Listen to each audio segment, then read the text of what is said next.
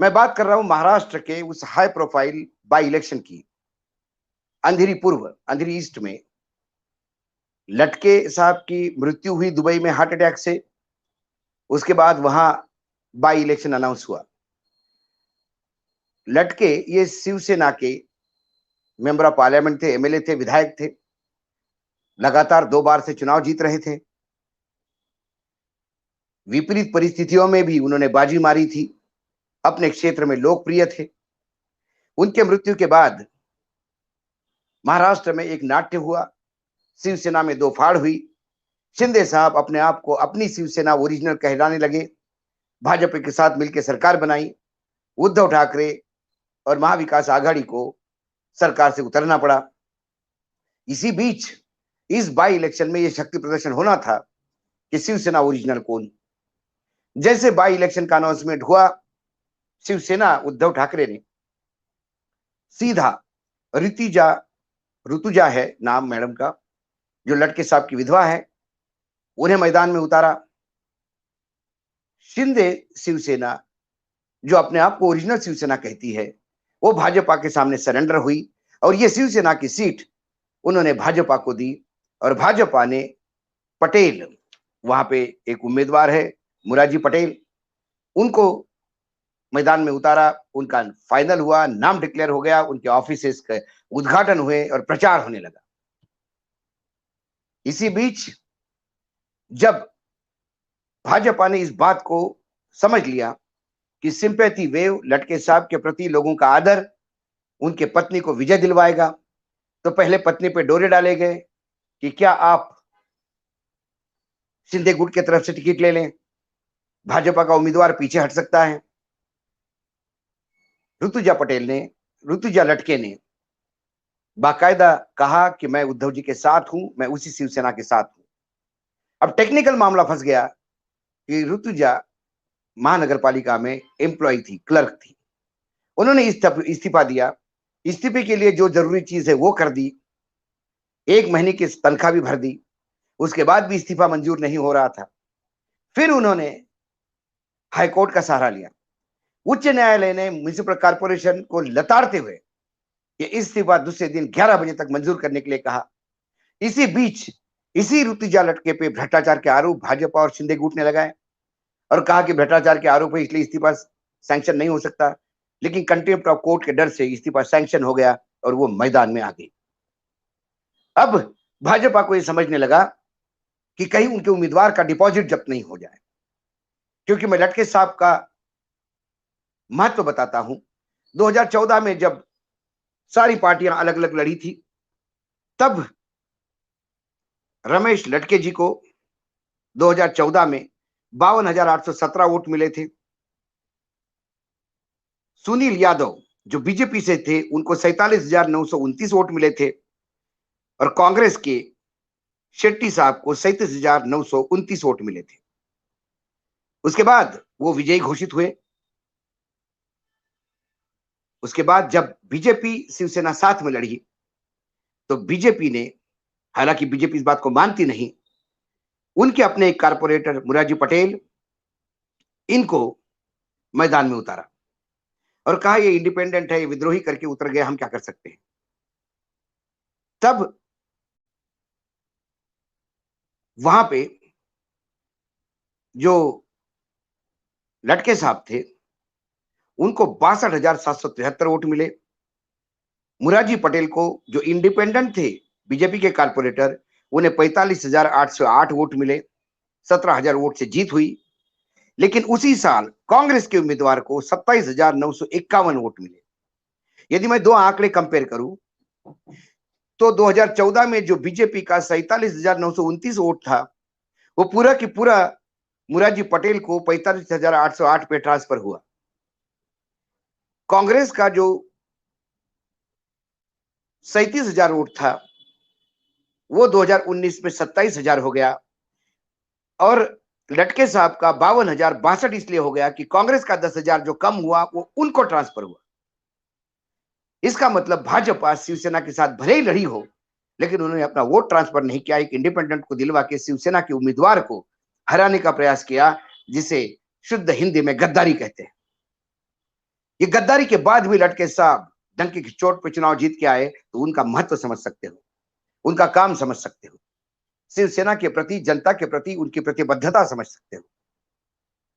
उसके बाद जब उनकी विधवा रास्ते उतर गई ऋतिजा जी, तब भाजपा को ये लगने लगा अब तो सामना ऋतिजा के सामने ही होगा, और फिर डिपॉजिट जब्त हो जाए तो फिर म्युनिसिपल कॉर्पोरेशन में हम क्या बताएंगे। दूसरी ओर ग्राम पंचायत चुनाव के जो नतीजे आ रहे थे वो इस बात को इंगित करते थे कि यदि महाविकास आघाड़ी इकट्ठा लड़ती है तो वो बीजेपी और शिवसेना गुट, शिंदे गुट के सामने कई मीलों आगे चली जाती है। इस पूरे डर से अपनी इज्जत बचाने के लिए अब उम्मीदवार वापस करना था तो कैसे करें। फिर एक ही चाबी है उनके पास, राज ठाकरे। राज ठाकरे से पत्र लिखवाया, और राज ठाकरे ने जब पत्र लिखा कि भाई ये अच्छे शिवसैनिक थे, अच्छे एमएलए थे, उनको निर्विरोध उनके पत्नी को चुनाव जीतना चाहिए, राज ठाकरे के उस पत्र को आदेश मानते हुए बीजेपी ने अपना उम्मीदवार पीछे लिया और निर्विरोध रूप से ऋतुजा लटके चुनाव जीत गई। शिवसेना के खाते में एक और एमएलए आ गया, उद्धव ठाकरे जी के।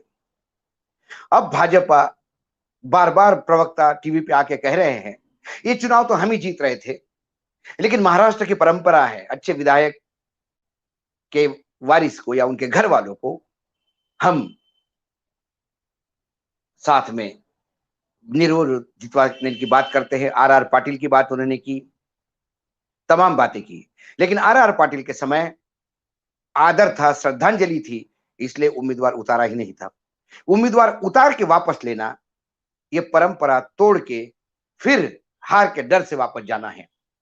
यदि ऋतुजा के पीछे और लटके साहब के प्रति इतना आदर था तो इस सवाल का जवाब देना चाहिए भाजपा को और इस वर्तमान महाराष्ट्र की सरकार को। फिर ऋतुजा को अपना इस्तीफा मंजूर करवाने के लिए हाईकोर्ट की सहारा क्यों लेना पड़ा? क्या मुख्यमंत्री एकनाथ शिंदे इतने कमजोर हो गए कि वो अपने नीचे काम करने वाले एक म्युनिसिपल कमिश्नर को ये नहीं कह सकते थे कि कानूनन रूप से तुम्हें स्वीकार करना चाहिए, कोई गलत नहीं होगा यदि आप इस्तीफा स्वीकार करेंगे तो? क्या देवेंद्र फडणवीस जो सरकार चला रहे इतने कमजोर हो गए कि म्युनिसिपल कॉर्पोरेशन कमिश्नर उनकी भी बात नहीं सुनता? उसके बाद जब हार दिखती है तो आदर पैदा होता है। ये आदर नहीं, ये डर है, मुट्ठी बंद मुट्ठी खोलने का। ग्राम पंचायत के चुनाव के नतीजे, शिवाजी पार्क पे दशहरे की रैली की भीड़, गांव गांव में आदित्य के लिए उमड़ती भीड़, इस बात को इंगित करती है कि शिवसेना ओरिजिनल महाराष्ट्र के जनमानस में वही है। भारतीय जनता पार्टी के जो महामहिम नेता है, जो ब्रांड एम्बेसडर है नरेंद्र मोदी, वो लगातार परिवारवाद के खिलाफ फ्रंट खोल के बैठे हैं।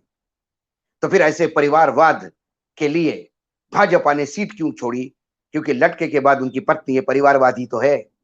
इसका जवाब बीजेपी को देना चाहिए। क्या परिवारवाद सिलेक्टिव है? हम कहे तो सदाचार, आप कहे तो व्यभिचार? इसका जवाब भी उन्हें देना होगा। भ्रष्टाचार के खिलाफ लड़ाई लड़ने की बात मोदी जी कहते हैं, तो फिर भ्रष्टाचार के, करप्शन के आरोप जिस ऋतुजा लटके पे आपने लगाए थे म्युनिसिपल कॉर्पोरेशन की एम्प्लॉय होने के नाते, तो क्या ऐसे भ्रष्ट अधिकारी को चुनाव जीतने, उम्मीदवार बन के जब आती है तो चुनाव जीतने के लिए आपने पीछे हटे? तो क्या आपकी भ्रष्टाचार की लड़ाई भी नकली लड़ाई है? ऐसे कई जवाब है। परंपरा है तो फिर उम्मीदवार क्यों डाला? आदर है तो फिर हाईकोर्ट में क्यों जाना पड़ा? और भ्रष्टाचार के खिलाफ लड़ाई है तो फिर ऋतुजा के ऊपर भ्रष्टाचार के आरोप क्यों लगाए? ये सारा मसला डर का है। डर के आगे जीत है कहते हैं, लेकिन डर के आगे हार को छुपाने की एक नीति है। इसी नीति की परिणति ये है कि आज शिवसेना बिना लड़ाई लड़े जीत गई। आने वाले 2024 में क्या होगा इसकी एक झलक है ये। और राष्ट्र महाराष्ट्र बार और लाउड इंडिया टीवी बार बार ये कहता आ रहा है, पहले भी हमने कहा, ये जो 40-41 लोग गए हैं ये वीआरएस पे है। इनमें से 10 चुनाव लड़ लेंगे तो भी, चुनाव जीत के आएंगे तो भी बड़ी बात है। बाकी सारे लोग घर में बैठ के भूतपूर्व अपने नाम पे लगा के होगा।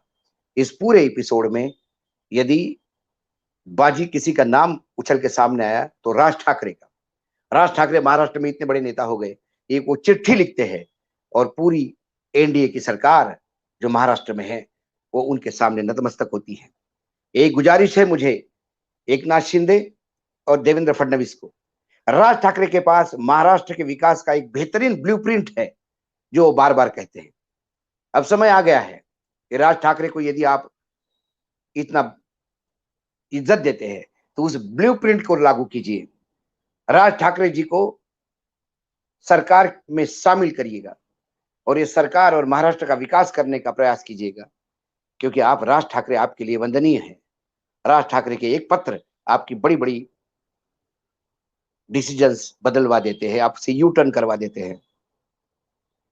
सवाल यह है कि राज ठाकरे ने कहा या कहलवाया गया।